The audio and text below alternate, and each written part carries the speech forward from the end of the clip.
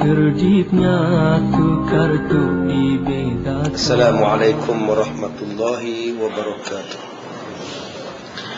Baik, kita sambung. Bismillahirrahmanirrahim.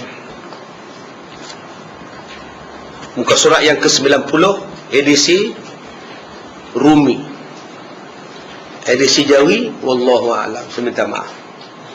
Boleh ya?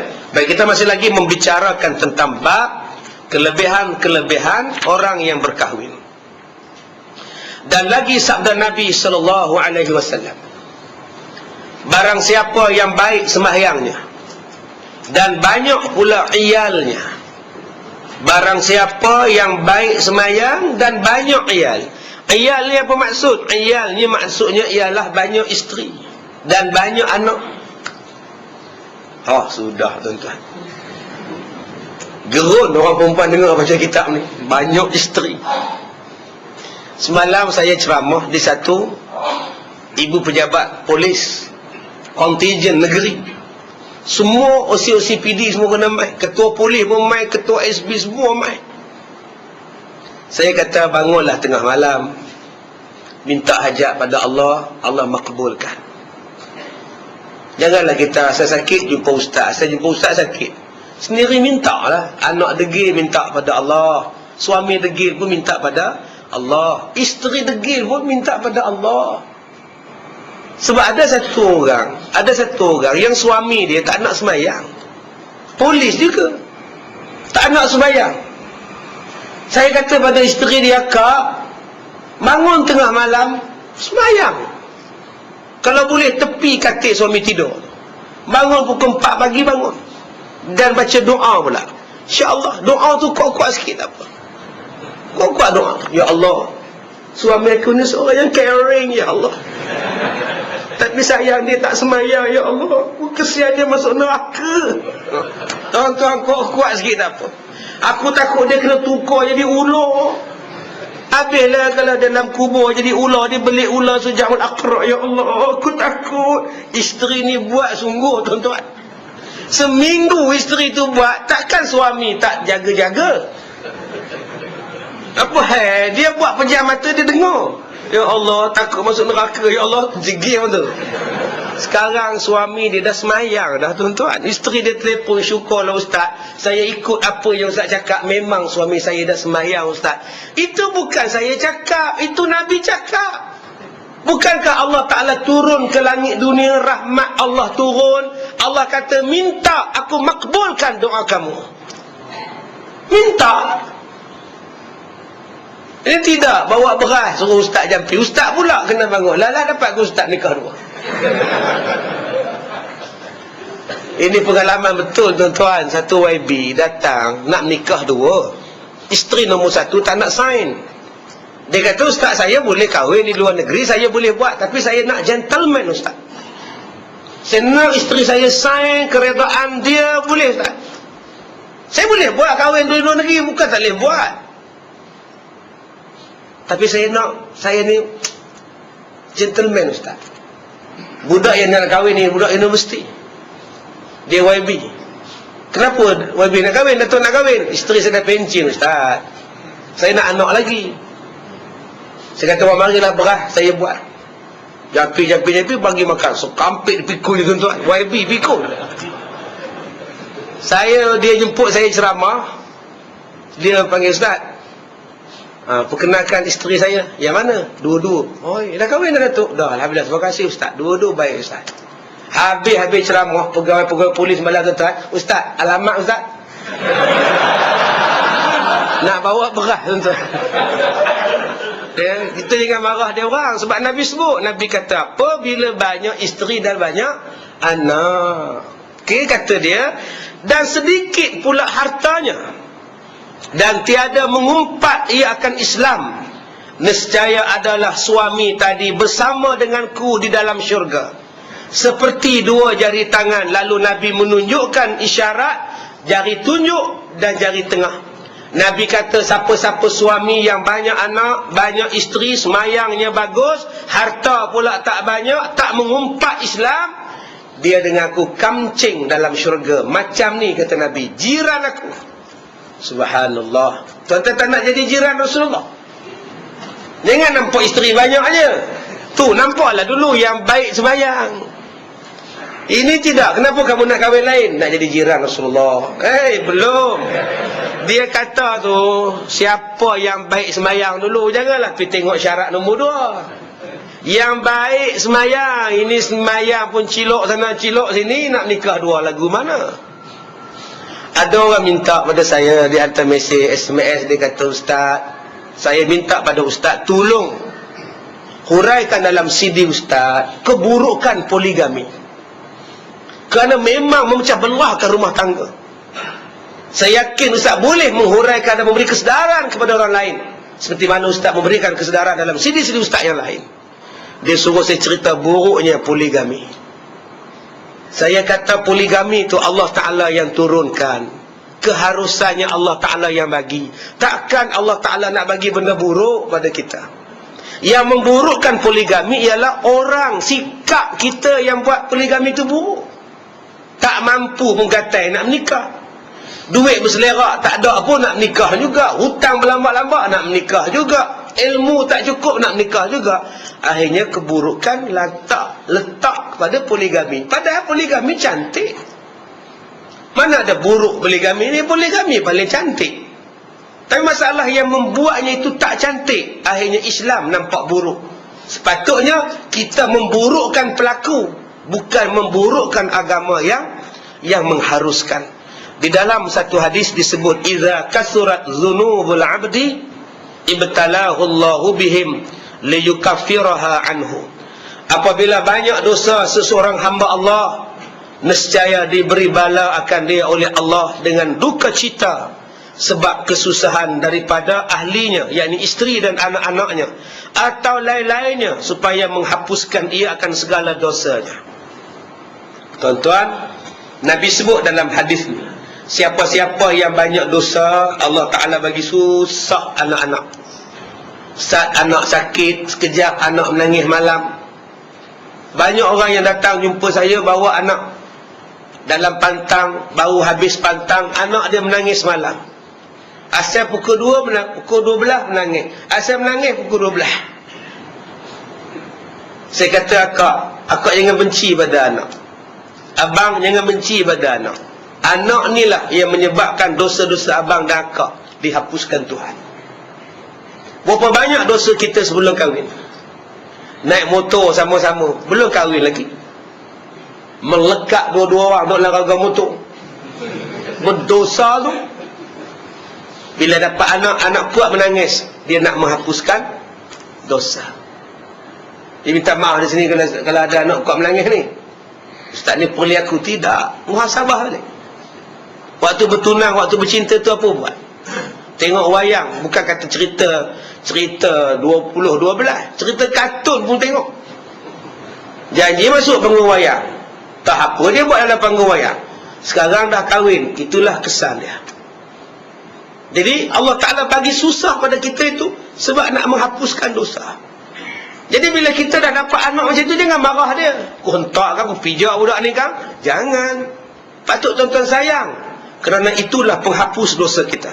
Dan satu lagi, dalam satu asar, dalam satu kisah, Rasulullah sallallahu alaihi wasallam bersabda, setengah daripada beberapa dosa ialah yang tiada dihapuskan dia melainkan sebab susah daripada duka cita dengan mencari rezeki. Ada dosa kita yang dihapuskan bila kita datang mengaji. Tuan-tuan datang belajar ni, dosa hapus. Dosa hapus. Ada orang yang dihapuskan dosanya dengan sebab berwuduk. Ada orang yang Allah hapuskan dosa dengan sebab sedekah. Ada orang yang Allah Ta'ala hapuskan dosa dengan sebab dia berbaik dengan mak bapak. Ada orang yang dihapuskan dosa dengan sebab berbaik dengan jiran. Ada orang yang dihapuskan dosa dengan sebab berbaik dengan binatang.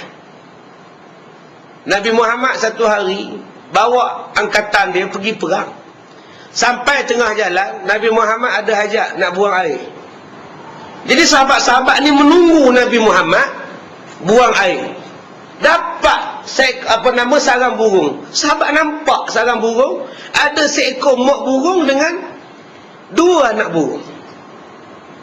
Sahabat-sahabat ni ambil 2 anak burung, ni ambil. Nabi tak nampak. Bila Nabi dah selesai buang hajat, maka mereka pun meneruskan perjalanan. Mak burung tadi duk ikut rombongan Rasulullah, duk bising ikut. Rasulullah berhenti. Rasulullah tanya, ada siapa-siapa ke yang ambil anak kepada mak burung ni? Ada, Rasulullah, saya ambil. Kenapa kamu ambil? Apa hak kamu untuk ambil? Letakkan balik. Sahabat tadi patah balik, letak balik di sarang dia. Nampak tuan-tuan, burung pun Nabi Muhammad jaga. Sebab tu Nabi kata, kalau anjing tengok kamu makan, bagilah anjing tu makan. Kita tengah makan di kedai, anjing duk jelek lidah duk tengok. Apa jelek-jelek kita kata. Kita marah ke anjing tu. Jangan marah dia. Ambil yoyo, lempar kat dia tulang, bagi dia makan daging ayam ke apa ke. Jangan bagi tulang dekat ada, cekik tulang. Bagi anjing pun, apatah lagi orang. Semuanya itu menghapuskan dosa. Salah satu yang menghapuskan dosa ialah susah mencari rezeki, duka cita mencari rezeki. Kena buang kerja pergi sana pula, bos pula buat, duk rabah kita je. Sekejap berhenti pula, pergi kerja sana pula, kerja 2 hari kilang tutup. Cari kerja lah, tak tahulah, tak ada masa kerja. Masuk pukul 7 pagi, besok pun tak keluar-keluar lagi. Teruknya cari rezeki. Ada pula yang cari rezeki nu kerana apa? Cari besi buruk. Carilah orang halau, anjing halau. Susah cari rezeki. Itulah satu cara menghapuskan dosa. Untuk siapa ini? Untuk belanja isteri dan anak-anak dan sebagainya. Jadi tuan-tuan, kalau tuan-tuan ni anak ramai, belanja tak cukup, kerja siang malam, terpaksalah cari sampai tahap curi enjin dah tuan-tuan. Yang tu tak termasuk baik tu. Tuan-tuan jangan kata pula yang curi enjin tu pun baik, jahat. Dia kata, ustaz, saya nak cari untuk rezeki anak-anak, jahat. Tapi yang pelik tuan-tuan, kopra curi, pelik. Saya bela tu pun nak percaya tuan-tuan. Kopra ni nak jual apa tuan-tuan? Kopra nak jual dekat syarikat nu, antara bangsa nu. Pandai ke kopra cakap orang putih? Itu soalan dia. Soalan bodoh dia tanya tuan-tuan. Pandai kan? Kalau setakat sarjan kopra ni tuan-tuan, pandai cakap orang putih kan? Tapi dah sudah tuduh orang tak baik kan? Kita pandang baik sudah lah. Tapi tang situ saya kita boleh fikir lah tuan-tuan ni. Main mula-mula harga mahal lah 300-200 ribu pun macam mana ni tuan-tuan? Tak telus langsung. Bila nak dapatkan balik keyakinan, nak berikan keyakinan pada orang ramai? Buat terus-terus lah. Kalau salah, salah. Kalau hak besar salah, salah. Itulah nama dia, didahulukan rakyat. Pencapaian diutamakan. Itulah maksud dia. Bukan kita nak perlu sorok. Cakap elok-elok, orang tak marah. Cakaplah walaupun pahit kita dengar. Baik, dan tersebut di dalam beberapa khabar Anbiya, bahawa sesungguhnya beberapa kaum yang masuk mereka ke atas rumah Nabi Yunus alaihissalam. Yunus bin Matta. Nabi Yunus berasal daripada Nainif. Nainawi. Sekarang kita sebut Nanawi lah, Imam Nawawi tu, Nainif. Maka menjamulah ia akan mereka itu. Maka adalah Nabi Yunus alaihissalam, tiap-tiap masuk dan keluar daripada rumahnya, disakiti akan dia oleh isterinya. Nabi itu tuan-tuan, masuk suami beletek, keluar rumah, masuk rumah isteri beletek, keluar rumah isteri beletek. Nabi itu kalau setakat tuan-tuan kena beletek, biasa lah. Saya tak tahu tak, bini saya beletek, letih saya. Allah hang, siapa dia hang? Nabi Yunus pun isteri dia beletek, selamba roh jadi duduk dalam rumah. Biasalah tuan-tuan, orang perempuan ni kegemarannya beletek, dan beletek itu adalah hiburan bagi orang perempuan. Dia rasa terhibur. Orang laki-laki, Allah Ta'ala bagi kepada dia kekuatan tenaga, tu kudrat, kekuatan kudrat Allah Ta'ala bagi pada laki-laki. Sebab tu hang tuah, dia tak sebut hang lain, dia sebut hang tuah. Di manakah kekuatan hang tuah? Di kerisnya kah? Di tenaganya kah? Itu cerita jumpa belalang. Orang perempuan pula Allah Ta'ala bagi kekuatan apa? Kekuatan perasaan, jiwa. Sebab tu perempuan lebih tersentuh, perempuan lebih menyayangi. Sebab tu perempuan lebih segala-gala dalam bab jiwa ni, perempuan nombor satu. Sebab tu bila mati suami 4 bulan 3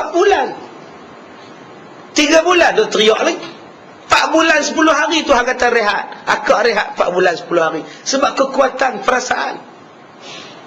Suami tak kuat perasaannya, dia kuat tenaganya kah? Nampak? Mati seminggu dia mula tengok di mana pula. Sebab tu berbeza tuan-tuan, kekuatan perempuan. Orang perempuan lebih touching. Sesuatu yang menyentuh jiwa dia, tersentuh jiwa dia, dicuri hatinya, dapatlah.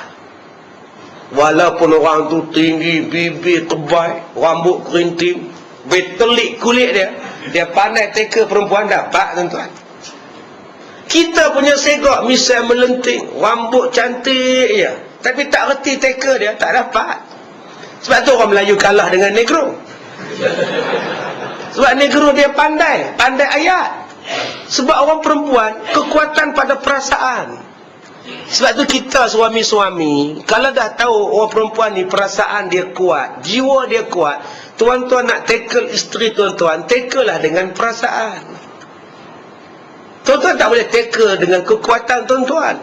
Buat kerja aku sepak sekali lagi, jangan. Aku kata masak lah, aku bunuh sekali lagi.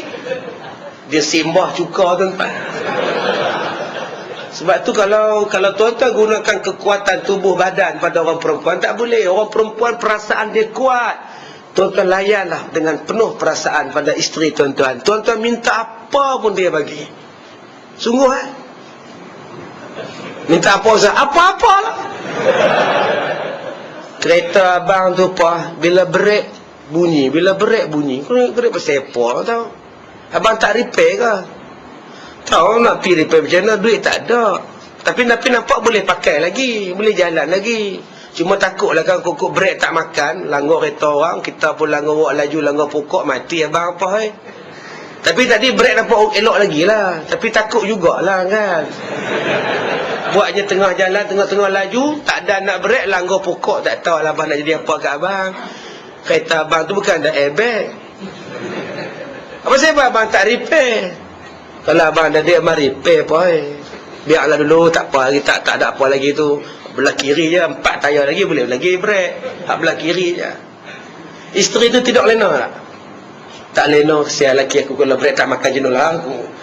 Dia ambil subang ni, dia buka subang abang, pijuai ke arah nu gadai, pilah repair brek. Itulah teka perasaan. Tapi kalau tuan-tuan minta dengan keras, tuan-tuan kuat. Lo buat apa? Mari je lah, brek ku rosak. Tanya pula. Lain tuan-tuan, dia bagi tapi bukan dengan perasaan. Sebab tu kena teka dengan perasaan. Jangan tuan-tuan teka dengan kekuatan, tukar dengan teka dengan kekuatan lingkup. Isteri boleh sabar kalau tuan-tuan tak tampan. Isteri kita kalau tuan-tuan tak segak pun dia boleh sabar. Dia boleh pegang tangan kita masuk lanjaya tu, pegang. Bukannya segak pun kita, boroi perut. Kalau isteri duduk sebelah kita, tak nampak isteri. Kita duduk tengok dia, tak nampak isteri dia. Pergi ke depan baru nampak. Dia lindung dengan keboroyan dia. Subhanallah. Isteri tetap pegang tangan suami dia, naik tangga tanah, beli barang sini. Walaupun kita tak segak, isteri boleh sabar. Walaupun tuan-tuan sibuk sangat, kerja siang malam, sibuk sangat, isteri boleh sabar. Tetapi yang isteri tak boleh sabar dengan perangai sombong kita, perangai penggarang kita, perangai akhlak buruk kita, yang tu orang perempuan tak boleh sabar. Walaupun kita segak, tapi kalau perangai buruk dia tak boleh sabar. Sebab itu tuan-tuan kena gunakan banyak perasaan dengan orang perempuan, kejiwaan dengan orang perempuan, tackle mereka dengan jiwa mereka. Cuba tuan-tuan tengok Nabi Yunus alaihissalam.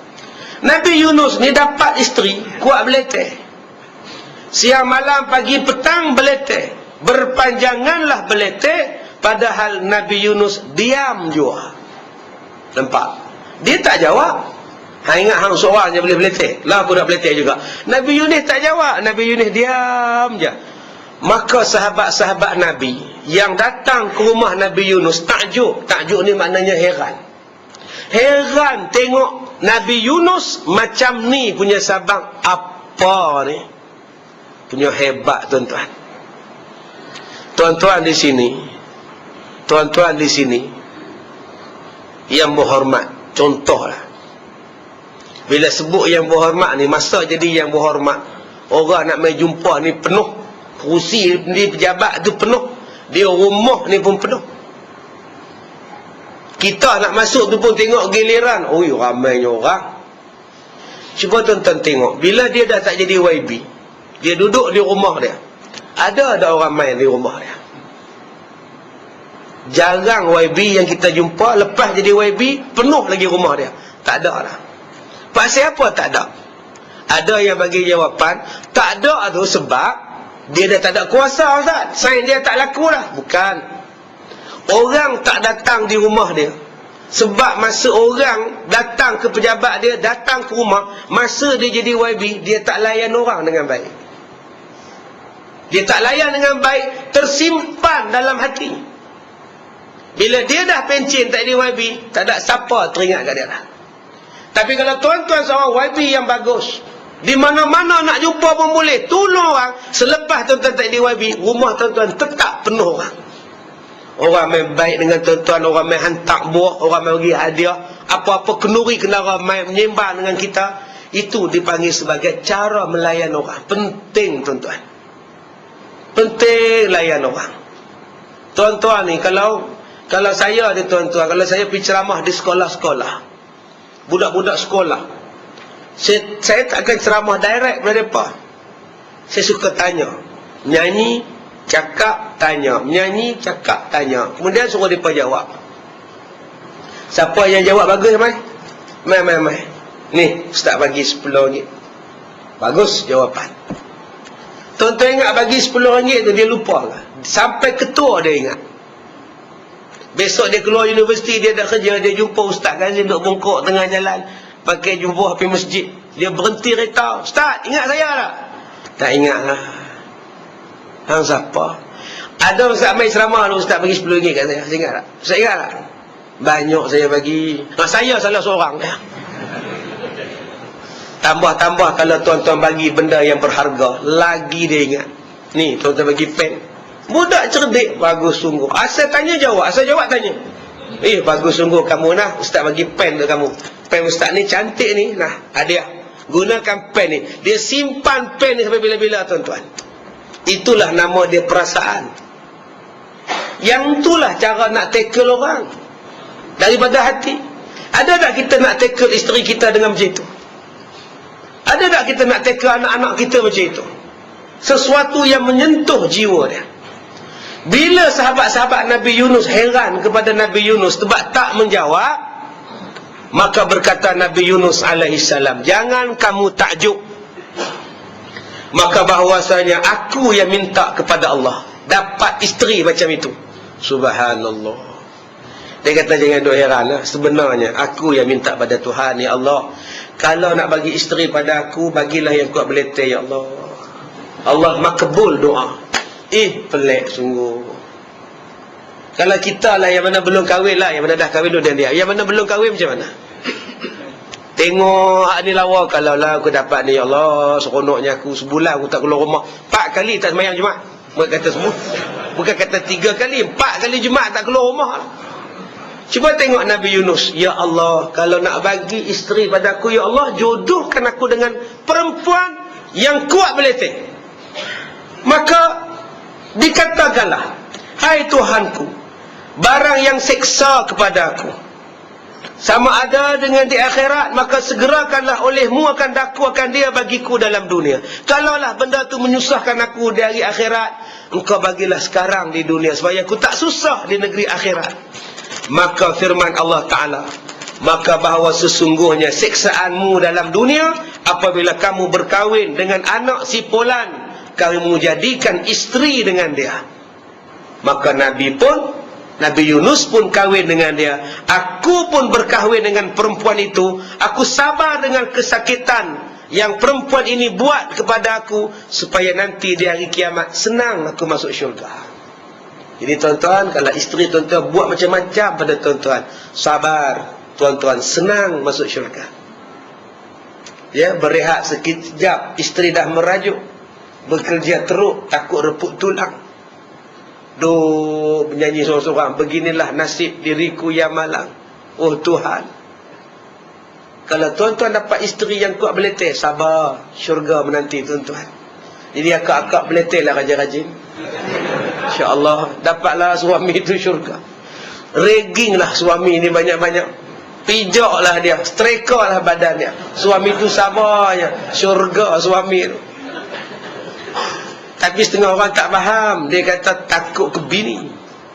Kalau aku sepak lama lah, kalau aku buat penerajang lah, ada macam tu, tak hormat ke lelaki. Tapi kita tak faham, dia bukannya tak sayang pada isteri dia, dia sayang akhirat. Tak apalah, berapa lama sangat dia nak seksa saya. Biarlah, kalau saya mati nanti, dengan ibadat saya, dengan susah saya ni, syurga saya, alhamdulillah. Itulah dia. Tapi kita tak faham. Kita kata dia takut isteri, takut isteri, takut isteri. Dia bukan takut isteri, dia nak cari syurga. Okey, jadi ramai yang takut isteri ni, jangan salah faham. Dia nak syurga. Baik, dan telah berkata Imam Ghazali rahimahullahu ta'ala, bermula sabar atas kesusahan isteri dan kesakitan yang disakiti oleh istrinya itu adalah setengah daripada faedah berkahwin. Isteri tuan-tuan sakit, sabar banyak-banyak. Alhamdulillah, sabar. Isteri kena kanser, tuan-tuan mu sakit sekali, tak kahwin, jaga isteri dia. Kawan-kawan lain kata, mak kahwin mak, siapa anak kamu siapa nak jaga, isteri kamu sakit je. Setakat ni aku boleh jaga. Kahwin lah, isteri kamu pun sakit teruk dah. Tak, selagi dia ada ke apa aku tak nak kahwin. Masa dia sihat, dia jaga aku elok-elok. Kenapa bila dia sakit aku tak nak jaga? Biasalah, aku pun tak berkendak sangat. Setakat masak-masak, kedai tom yam banyak. Lagipun mak mertua aku datang selalu tolong jaga anak-anak. Tak apalah, yang penting aku jaga dia. Tak tidur malam, kadang-kadang ambil cuti atau tunggu di hospital. Suami macam ni bagus sangat-sangat. Dan kata dia mendapat manfaat, melainkan salah satu daripada dua laki-laki, iaitu ada kalanya laki-laki yang dikasatnya itu akan memerangi akan hawa nafsunya dan melawani akan dia, dan lagi ia nak menyucikan akan perangai yang jahat di dalam hati. Maka sabarlah ia atas kesakitan berkahwin, dan kesusahan itu menjadi jalan di dalam memerangi nafsunya. Akhirnya bersihlah hatinya, dan jadilah dia dapat memerangi hawa nafsunya.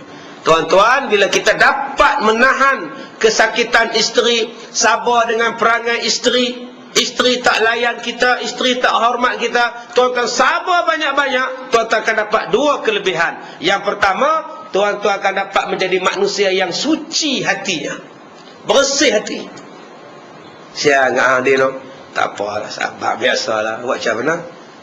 Dia tu pun aku yang nak, mak aku tak bagi ambil hari tu, tapi aku nak juga, tak apalah. Mungkin ni sebab lawan mak kot.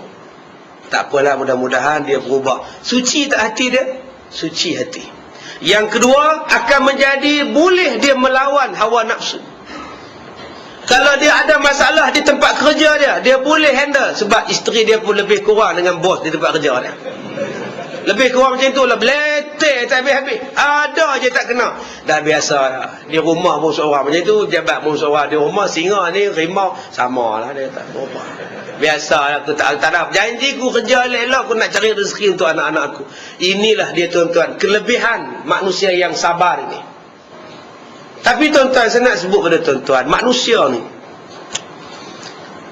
dia selalu menganggap dia sempurna. Itu penyakit manusia. Tak boleh ditegur, tak boleh dinasihati, tak boleh dicakap. Sebab dia rasa dia paling sempurna. Padahal manusia tidak ada siapa yang sempurna. Dia memerlukan nasihat, dia memerlukan tunjuk ajar. Dan kita kena muhasabah selalu. Baru ni saya cakap di satu penjara. Dalam penjara ni ada 1,500 banduan. Yang orang Melayu 950 orang. Juara rakyat. Ramai tuan-tuan, majoriti 950. Nak masuk dalam penjara ni tuan-tuan, seronok. Macam-macam pintu kita kena lalui. Akhirnya saya masuklah dalam surau. Masuk dalam surau, bangun semua banduan. Terkejut saya. Ustaz, 308 orang banduan sedia mendengar ceramah Ustaz. Terima kasih Ustaz. Duduk tuan-tuan, relax. Ustaz dia buat ucapan. Jemput qari membaca Quran. Oh, sedap tuan-tuan. Qari baca Quran, penjara. Lepas qari, nasyid. Penyanyi nasyid ni pakai baju jubah sekerat. Tarik mikrofon macam Jamal Abdillah. Misai segak pakai spek hitam. Jamal Abdillah punya lagu.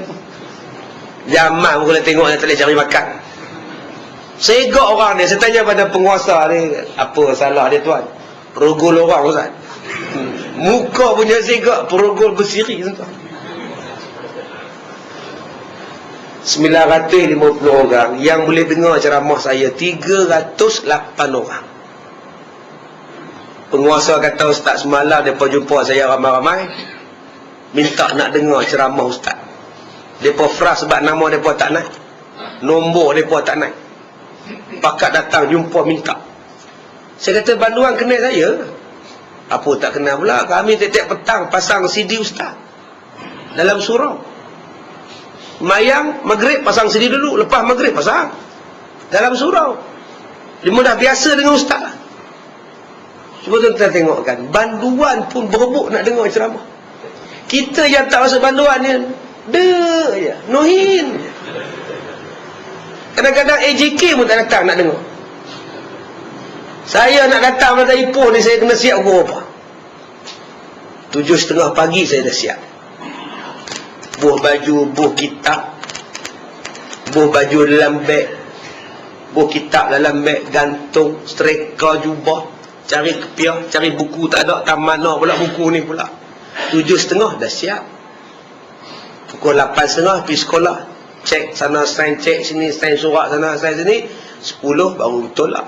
Pukul 10:30 jalan lah. Sampai ke hotel semua, apa rehat-rehat. Pukul 5:30 tidur pening kepala, sakit kepala pula. 5:30 baru bangun, tengok Al-Kuliah sekejap, turun 6:30. 6:30 jam punya teruk. 1 jam nak lepas jam. 1 jam daripada Ampang.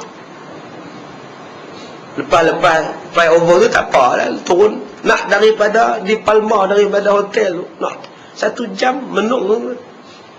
Hak kita lalu sini, sak kawan ni cilok, sak kawan ni cilok. Punya teruk nak main dengar ceramah.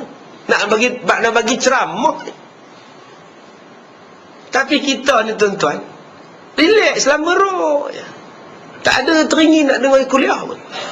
Yang banduan tu berebut nak dengar kuliah. Sekarang mana lebih teruk, kita ke banduan? Yang 308 orang ni, 3 orang main jumpa. Dia kata, Ustaz semalam tak lena tidur tak? Tak lena tidur. Pasal apa? Pasal nak jumpa Ustaz. Selalu tengok dalam TV ya. Hari ni nak tengok, tak tidur lena tuan-tuan. Punya teruja. Kita ambil kuliah ni pula boleh tidur dengan kuliah. Ni tuan-tuan tolong fikirlah, mana lebih teruk, banduan ke kita? Saya ceramah 11 pagi sampai 12 tengah hari. 308 orang tak bercakap.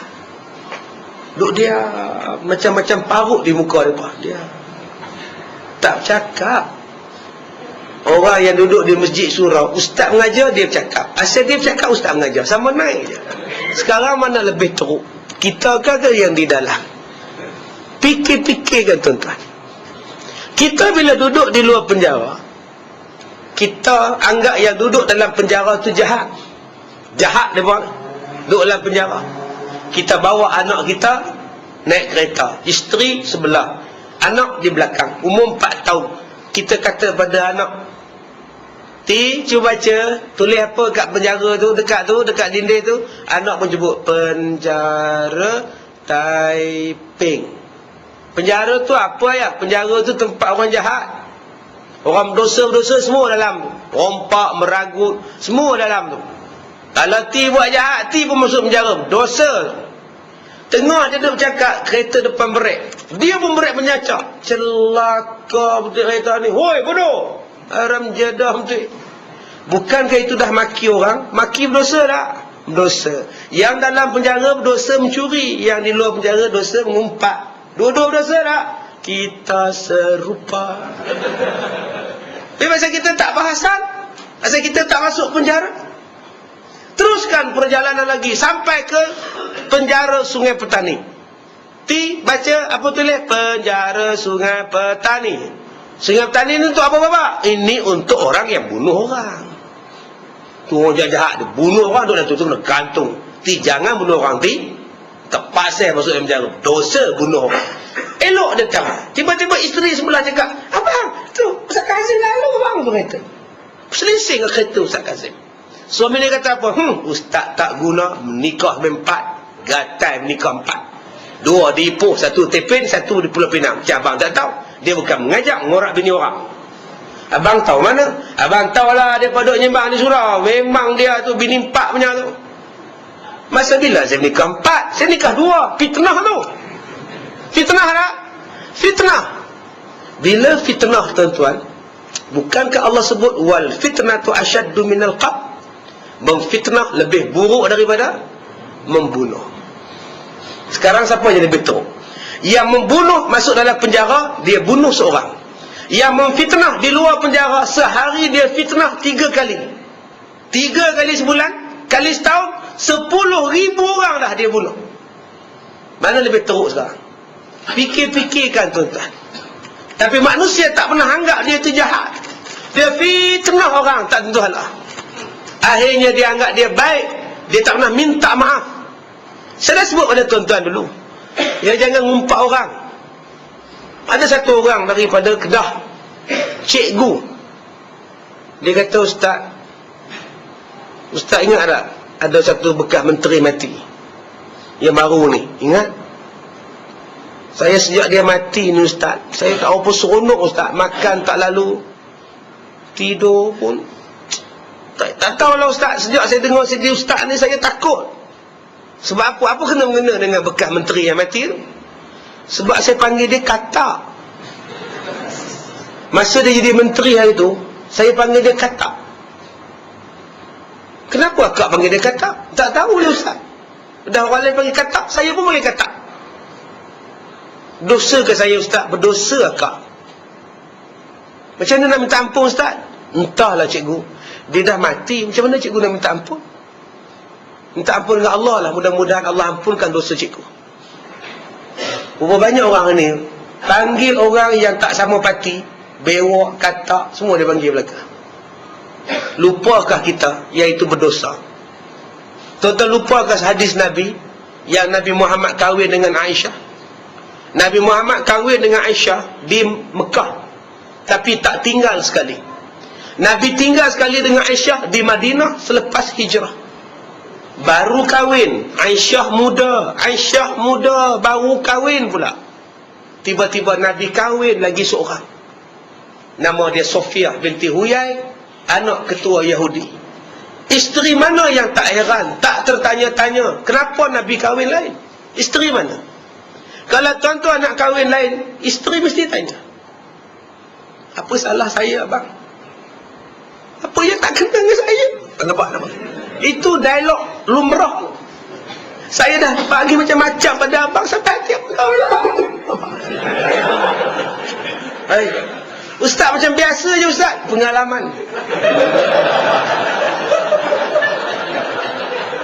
Mesti dia tanya pula. Dalam hati ni dia tanya, apalah kelebihan yang nombor 2 tu sampai nak menikah lain? Biasalah tuan-tuan. Isteri Nabi macam tu juga. Bila Aisyah nampak Sofia, terpacul spontan perkataan, pendeknya. Itu spontan. Bila Nabi dengar macam itu, Nabi kata, Aisyah, perkataan kamu kepada dia, kalau kamu lontarkan di dalam lautan, busuk segala lautan. Perkataan kamu hina dia tadi, kamu campak dalam laut, seluruh isi laut busuk kerana kotornya perkataan kamu. Aisyah bila dengar macam tu berlompat dia, dapatkan Sofia, peluk dia, minta maaf. Itu Aisyah minta maaf. Tak apalah, kita peluk siapa? Yang kita duk umpat orang, duk kata pada orang, kita sekarang peluk siapa minta maaf. Sampai mati dia, kita tak minta maaf, dia tunggu di hari kiamat, tuan-tuan. Sebab tu saya katakan, tuan-tuan, politiklah secara Islam. Jangan menggelarkan orang, jangan memburukkan nama orang, jangan menyambung-nyambung dengan nama orang, dengan nama yang busuk. Besok dia dakwa kita hari kiamat. Kadang-kadang pemimpin politik yang menggelarkan dia, penceramah-penceramah politik yang menggelar dalam ceramah. Kita yang dengar ceramah, kita tiru apa yang penceramah cakap. Sedangkan di hari kiamat, penceramah takkan boleh tolong kita di hari kiamat. Bila Allah tanya kamu, kenapa kamu kutuk dia kata? Saya bukan kutuk dia, orang tu main ceramah tempat saya, dia kata muka macam katak, tu saya ikut tu. Allah panggil pula, kenapa kamu muka katak? Dia dah ikut dah cakap kamu. Tak yang dia ikut pasal apa? Suka saya lah cakap. Mereka akan berlepas diri, tuan-tuan. Tuan-tuan rujuk dalam surah Al-A'raf. Semua pemimpin akan berlepas diri daripada apa yang kita cakap dan apa yang mereka cakap. Sebab tu kita jangan ikut. Kita ikut Nabi, ikut Islam. Dengar kalau perkataan dia salah, tegur dia. Kalau perkataan dia tak tepat, kita tegur dia. Jangan jadikan kita ini ikut. Besok di hari kiamat menanggung beban yang sangat besar, tuan-tuan. Baik, kita sambung lagi. Ingat nak habis dah Ustaz? Belum, sikit lagi. Baik, kemudian kata dia, dan ada kalanya lelaki yang ada ia daripada orang yang berbuat ibadat yang zahir. Ada laki-laki yang buat ibadat zahir seperti semayang. Bila sebut zahir, teringat Ustaz Zuhair. Ya, di manakah dia? Ya, teringat pula. Seperti semayang, ada yang naik haji, dan ada lain-lainnya daripada segala ibadat yang sunat. Padahal tiada baginya jalan dengan ibadat yang batin, dan baginya gerak dengan berfikir dengan cita-cita hatinya, dan hanyalah dengan amalannya itu sahaja. Ada orang yang semayang, ada orang yang pergi buat haji, ada orang yang buat ibadat sunat dengan ibadat zahir, tetapi tidak dengan ibadat batin. Hai Ustaz, ibadat batin tu pun ada Ustaz? Ya, ibadat batin tu apa? Kita baca lagi. Iaitu ibadat dan cita-citanya dan hanyalah adanya amal, iaitu amalan engkau dengan solat atau naik haji atau perang fi sabilillah atau lain daripada segala ibadat yang zahir. Itu dipanggil ibadat yang zahir. Maka amalan bagi ahlinya dan anaknya berusaha menghasilkan rezeki yang halal bagi mereka dan berdiri mentarbiah mereka dan sabar dengan kesusahan anak-anak, iaitu terlebih afdal daripada segala ibadat yang lazim bagi badan, dan tiada berlaku kebajikan itu pada yang lain. Ibadat batinnya ialah, itulah dia. Apa dia ibadat batin? Iaitu menghasilkan rezeki bagi ahlinya. Tuan-tuan, isteri tuan-tuan nak duit, tuan-tuan pun cari duit sebab nak ubatkan isteri. Itu dinamakan ibadat batin. Anak tuan-tuan nak sekolah, sakit, nak belanja banyak, tuan-tuan cari rezeki untuk tampung perbelanjaan anak-anak. Tuan-tuan pula berdiri, berusaha mentarbiah anak-anak. Ambil anak, hantar anak di sekolah, tengok bacaan dia, tengok semayang dia, tarbiah dia. Malam-malam tengok dia dikawan dengan siapa, akhlak dia macam mana, tarbiah anak-anak. Kemudian tuan-tuan tarbiah isteri tuan-tuan. Malah tuan-tuan sabar dengan kesusahan yang demikian. Anak pula cacat, isteri pula sakit. Saya pernah jumpa dengan satu isteri yang perut dia melanduk sampai ke betih ni. Perut dia ni tuan-tuan jadi melendut. Saya ingat kenapa dia menjumpa saya. Saya duduk, Ustaz tolonglah ubat sakit saya ni Ustaz. Sakit apa? Dia selak, terkejut saya, dia nak selak kain dia. Rupa nak tunjuk pada saya perutnya sampai lepas pada lutut. Perut dia ni kelebih tu. Subhanallah, meninggal lah tuan-tuan. Saya tak pernah tengok lagi lah perut. Pasal apa perut kau jadi macam ni? Bila dia pakai jubah, tak nampak lah yang perut dia tu melanduk sampai ke bawah. Bila dia buka sikit, dia angkat ni dia Ustaz. Ni perut saya Ustaz. Mati dah tuan-tuan. Tapi suami dia setia duk tunggu. Sabar dengan kerana penyakit isteri dia. Itulah dipanggil sebagai ibadat batin. Kita hanya tumpu ibadat zahir, umrah, haji, zakat, puasa, sembahyang. Tapi kesabaran, susah cari rezeki, susah didik anak. Susah didik anak. Jangan sekali-kali tuan-tuan tujuh kepala anak tuan-tuan. Bodohnya budak ni, bodohnya. Jangan macam itu. Kadang-kadang dia lambat. Bodoh ni kadang-kadang dia bukan bodoh, dia lambat kerja duk main, dia tak boleh fikir lagi. Lama-lama dia cerdik. Saya pun bodoh tak? Saya periksa tuan-tuan, darjah 3 dapat nombor 5. Bukan nombor 1. Darjah 1 dapat nombor 20. Darjah 2 dapat nombor 10. Darjah 3 dapat nombor 5. Darjah 4 dapat nombor 20. Darjah 5 dapat 2A, 2B, 1C. Penilaian darjah 5. Dapat nombor lah 30/35. Darjah 5 saya ingat lagi. Kak saya pula darjah 6. Saya darjah 5. Bila kak saya nak masuk sekolah menengah, dia pesan. Dia kata mu nak mu, dia panggil mu. Orang Batu Purong ni mu lah. Mu nak hadiah tak? Hadiah apa? Hadiah kalau mu dapat nombor 1 pun dapat hadiah. Kalau mu masuk kelas 6M, mu tak dapat sebab pelajar-pelajar lain pandai. Mu jawab bodoh-bodoh. Bila bodoh, mu dapat masuk kelas B. Bila kelas B, mu jadi orang paling pandai, dapat hadiah. Oh, betul. Ini nama dia penasihat 25%. Saya pun tuan-tuan, saya jawab main-main pasal nak masuk kelas bodoh darjah 6. Pasal nak dapat hadiah kotak pensel. Bila masuk darjah 6, saya paling pandai lah. 6B. 6B tu 6 biru. 6M 6 merah. 6B 6 biru alias 6 bodoh. Duduk situ. Bila masuk saya nombor 1 lah.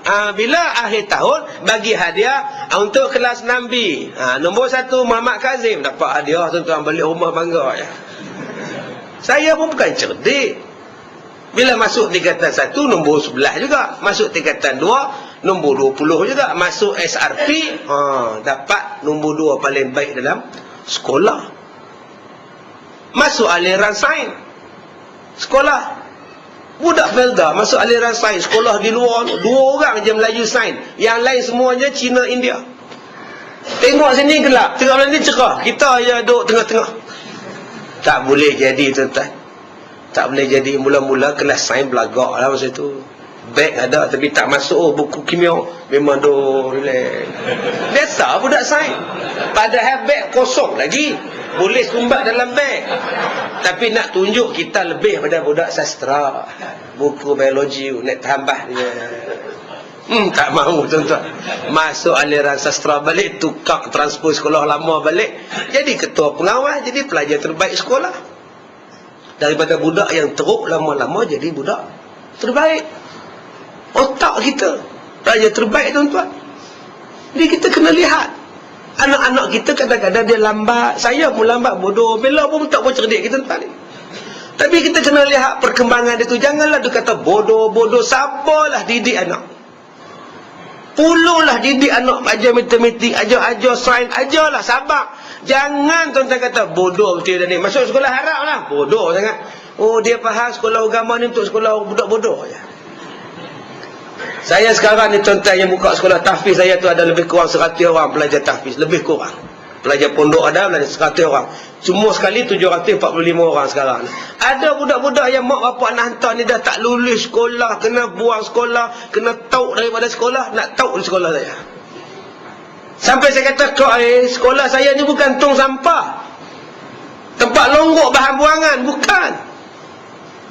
Sebab ada orang Melayu faham macam itu. Tak boleh dah ni kena masuk Ustaz Kazim ni. Bukan penagih dadah nak masuk, perompak pun nak masuk. Ini bukan bantuan punya tempat. Saya minta terang tuan-tuan. Tapi saya ni baik. Ada kes pelajar yang saya terima sebab saya yakin Al-Quran, agama boleh membaikkan manusia. Kita bagi peluang. Lepas tu ustaz-ustaz ni baik, tak apalah kau masuk bila. InsyaAllah kalau kami tak tahan, kami buang. Setakat mana kami boleh buat, kami jaga supaya berubah. Sebab kita yakin agama boleh membaikkan. Sabarlah berhadapan dengan kerenah mereka. Sabar itulah dipanggil ibadat batin.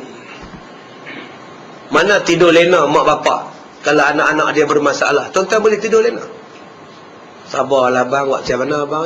Buruk pun anak kita juga. Sabarlah abang. Dua-dua tak tidur malam. Dua-dua Allah hapuskan dosa. Itulah dipanggil ibadat batin. Okey, ibadat batin. Kita jangan duk bangga kita wirid banyak.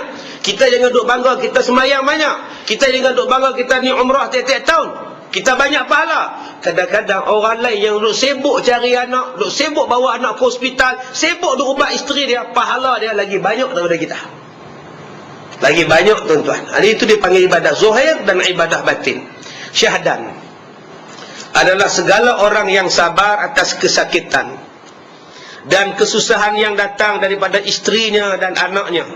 Amat besar pahala dan martabatnya kepada Allah, seperti yang Nabi sebutkan dalam satu hadis, bahawa sesungguhnya Nabi SAW kasih sayang lagi membaikkan perangai serta perempuan yang diperbuatnya menjadi isteri, sehingga Nabi kata khairukum li ahlihi wa ana khairukum li ahli.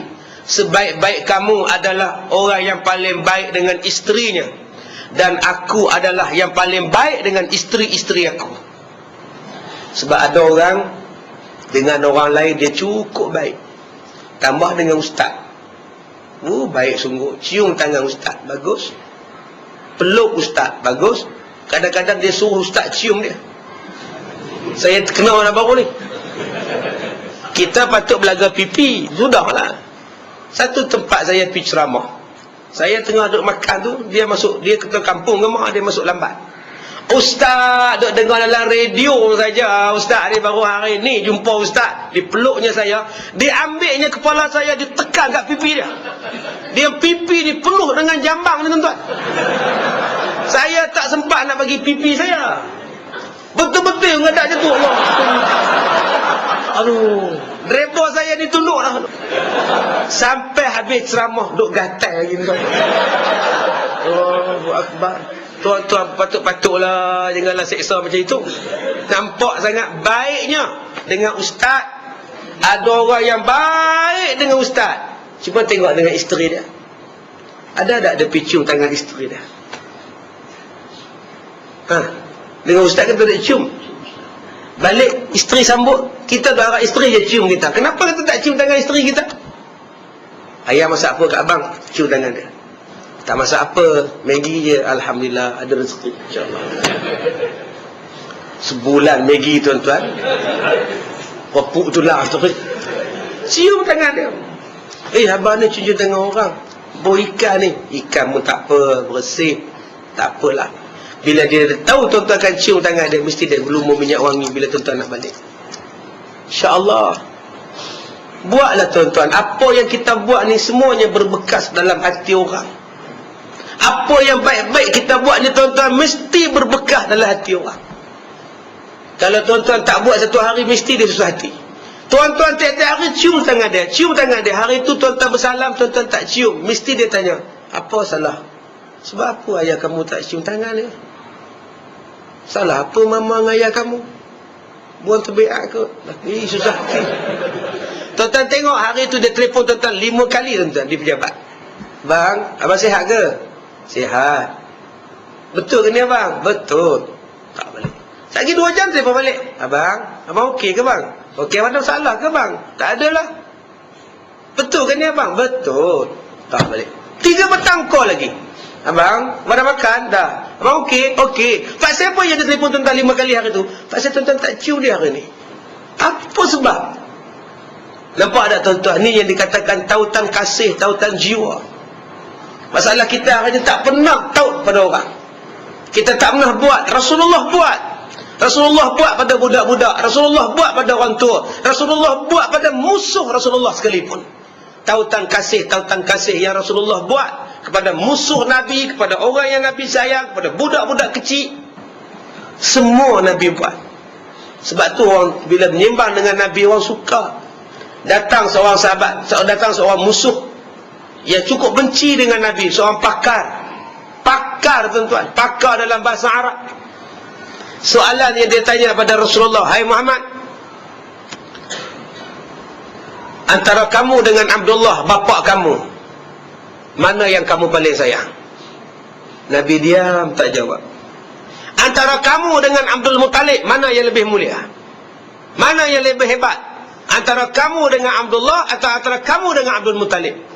Nabi diam je. Kalau kamu kata Abdullah bapa kamu tu baik, aku nak bagi tahu pada kamu, Abdullah bapa kamu penyembah berhala, kamu tahu. Kalau kamu kata Abdul Muttalib itu baik, Abdul Muttalib pun sembah berhala. Kenapa yang kamu kata Tuhan kamu Allah? Nabi tak cakap sepatah haram. Nabi diam, tunduk. Musuh Nabi ni.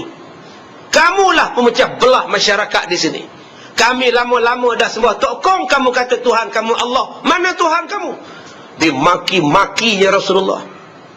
Bila dah maki, letih tak? Letih. Saya 2 jam cakap tuan-tuan ni. Daripada pukul 8 pukul 10 ni. Letih tuan-tuan. Tuan-tuan letih duduk, saya letih cakap. Nabi tanya apa? Nabi kata, sudah habis cakap? Sudah habis cakap? Dah. Sekarang saya nak bacakan pada kamu satu ayat Quran. Nabi Muhammad membaca surah Fussilat sampailah habis surah Fussilat. 5 ayat yang pertama dibacanya surah Fussilat, sahabat Nabi ni, musuh Nabi tadi ni, jatuh tersungkur, menggeletar dia, sebab dia tak pernah mendengar ayat yang begitu sedap. Nabi tak balun dia lagi. Nabi dia bangun, Nabi baca pula satu ayat sampai ayat 14.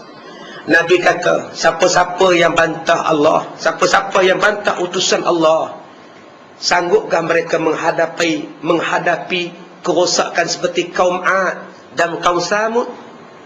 Bila dengar Ad dan Samud, laki-laki ni pingsan tuan-tuan. Nabi tak kata lagi, Nabi tunggu sampai dia habis bangun. Nabi baca sampai habis. Laki-laki ni balik bagi tahu pada umat dia, jangan kamu lawan Muhammad. Muhammad adalah orang yang benar, Qurannya benar, ayat yang dia cakap benar. Kalau kamu lawan Muhammad, kamu akan kena macam kaum Ad dan Samud. Cuba tuan-tuan tengok Nabi Muhammad bila berdebat dengan orang-orang kafir, dia tidak pernah meninggikan suara. Yang dibacanya ialah ayat Quran, ayat Quran, ayat Quran, ayat Quran, sampai tersentuh jiwa manusia.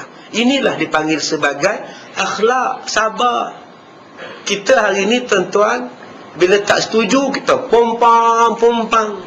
Bila dia nak ikut? Ada seorang sahabat namanya Abdullah. Abdullah ni tak pernah miss semayang berjemaah. Bila dia berjalan nak pergi semayang berjemaah, dia ajak orang yang dia jumpa semayang. Satu hari, tengah hari semayang Zuhur, panas. Dia pakai serban, dia tutup muka. Panas, orang Arab kalau panas tutup muka. Berjalan di tengah kebun kurma, seorang laki-laki tengah duduk panjat kurma, sedangkan azan berkumandang.